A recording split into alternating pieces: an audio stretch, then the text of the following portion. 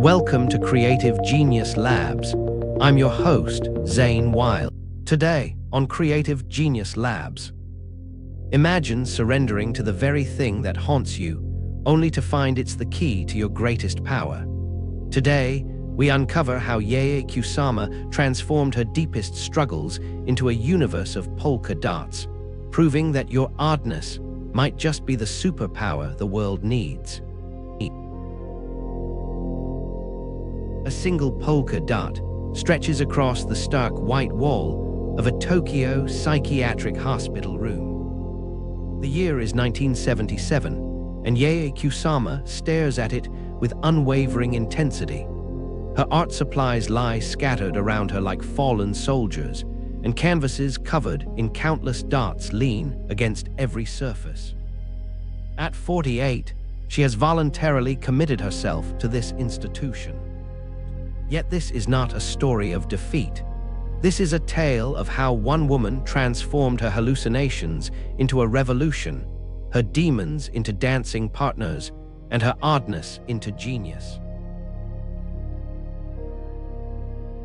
In pre-war Japan, young Yayoi's wealthy family had precise expectations. Their daughter would marry well, maintain social standing, and absolutely not become an artist. But even then, she was already seeing the world differently. Her mother's violent opposition to her art manifested in daily beatings and destroyed drawings. Yet each destroyed artwork only fueled her determination to create more. Picture a sun-drenched flower field in Matsumoto, 1939. 10-year-old Yae stands among the blooms when suddenly the petals begin to speak. Colors swirl and multiply before her eyes. The flowers consume her vision, transforming into an endless sea of dots. Most children would run screaming. Yae reaches for her sketchbook. This first hallucination could have broken her. Instead, it became her first brush with infinity. At 15, while other teenagers worried about school dances, Yae endured 12-hour shifts in a military factory. The monotonous work of sewing parachutes might have crushed another's spirit, but in the drone of machines and the repetitive motions, she found rhythm. She stole moments to draw on scraps of paper, turning the factory's oppressive routine into secret acts of artistic resistance. Each stitch became a dot, each dot a quiet rebellion. 1957, with nothing but a few paintings and dollar bills sewn into her kimono, Yae boards a plane to New York. Georgia O'Keeffe's encouraging letters burn in her pocket like talismans. The stakes are absolute. There will be no returning to her family's suffocating expectations. In her small Manhattan studio, surviving on fish caught from the Hudson River, she begins painting her revolutionary infinity nets. Working for days without food or sleep, she covers massive canvases with thousands of tiny arcs and dots. The hallucinations that once terrified her now flow through her brush, transforming chaos into mesmerizing order. The New York art scene of the 1960s isn't kind to Asian women artists.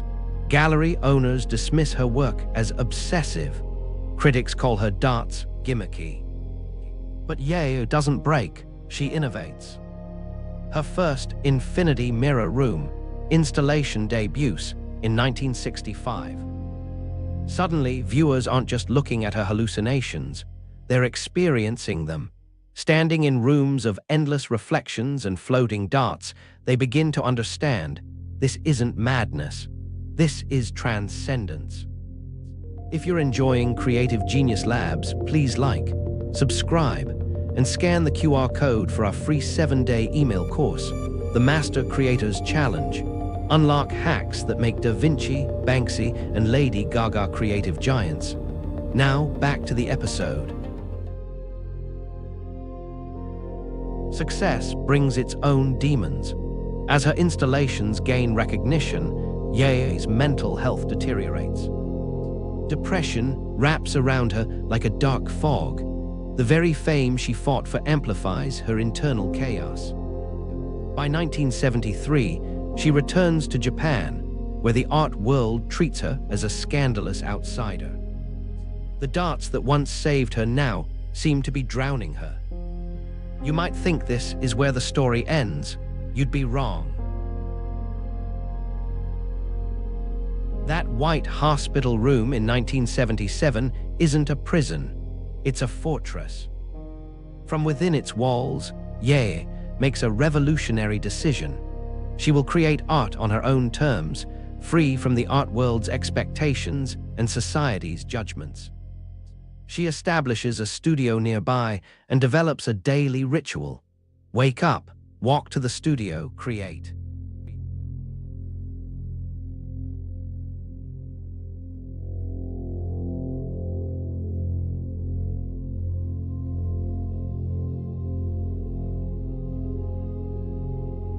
What happens next defies all expectations. From her self-chosen sanctuary, Yayoi's influence explodes across the global art scene. Her infinity mirror rooms become international sensations. Museums worldwide clamor for her installations. The darts that once marked her as strange now draw millions of visitors who wait hours to spend mere minutes in her created universes. At 95, she becomes the world's highest-grossing living female artist. But this isn't just a story about darts, or art, or even mental illness. It's about the revolutionary act of embracing what makes you different. Yayoi Kusama didn't overcome her hallucinations. She transformed them. She didn't fight her obsessions.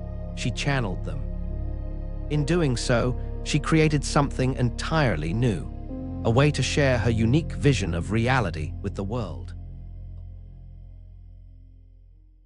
Think about your own demons, those quirks society told you to hide, the perspectives others called strange. What if, like Kusama's darts, they're not flaws but fingerprints of your genius? What if your oddness is actually your edge? The universe, as Kusama shows us, is nothing but darts. Each of us is one point in an infinite pattern. Your struggles, your unique way of seeing the world, aren't accidents to be corrected. They're brushstrokes in your masterpiece, waiting to be painted. The question isn't whether you'll face demons, it's what you'll create with them. In that Tokyo hospital room, where our story began, Yayoi Kusama didn't just find a way to live with her hallucinations. She found a way to make the whole world see through her eyes. Your challenge isn't to become normal. It's to transform your unique perspective into something that makes the world look again, think again, feel again. What's your equivalent of a polka dot? What reality will you dare to share? Remember, Yayoi Kusama's darts were not a descent into madness, but a bridge to boundless horizons, showing us that even our deepest struggles can paint the most beautiful realities. Now it's your turn to dance with your demons and show us your infinite room. On the next episode of Creative Genius Labs, Kei Uzama's story is a testament to the power of embracing your unique perspective, even when the world tries to tell you otherwise. But what happens when an artist's unique perspective becomes a commodity, a brand, a carefully constructed persona? This week, we're exploring process-driven visual artists, and our next subject navigated the treacherous waters of fame and identity in ways that both captivated and confounded the world. Imagine a world where art and commerce collide, where vulnerability is masked by a cool detachment, and where a brush with death becomes a catalyst for transformation. What lessons can we glean from an artist who dared to blur the lines between art, celebrity, and self? Stay tuned to find out. Please like, subscribe, and scan the QR code, or follow the pinned link to get our free 7-day email course, The Master Creators Challenge. 7 days, 7 creative legends. Unlock your inner creative genius using the secret tactics of history's most revolutionary artists. Click the video that just popped up to watch the next one in this series. Or for episode summaries, behind-the-scenes info, and more, go to daily8.com/cgl. Thanks for watching.